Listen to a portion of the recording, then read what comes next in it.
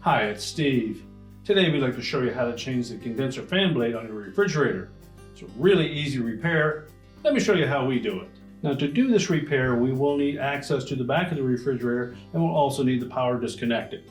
So simply pull the refrigerator far enough forward that you can access the back and unplug it, and then we can start our repair. We'll first remove the back panel, all the screws that secure that to the cabinet. You can then locate that condenser fan blade. It's just a friction fit on the condenser motor, so we're simply going to push that off of the shaft.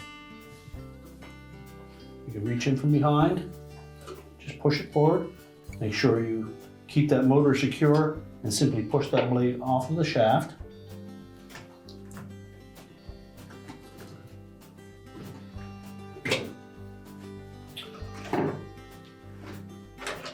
And then pull it out through the opening and discard the old one.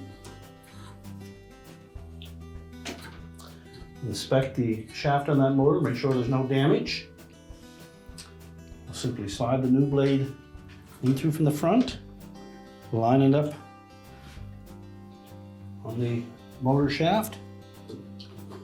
And then again, while securing that motor, simply press that fan blade on until it's centered in that housing.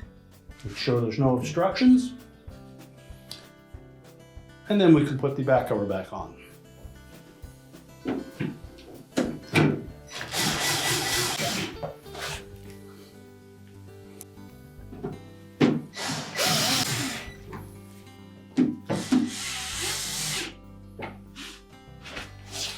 Now we can prepare the refrigerator to push back into place.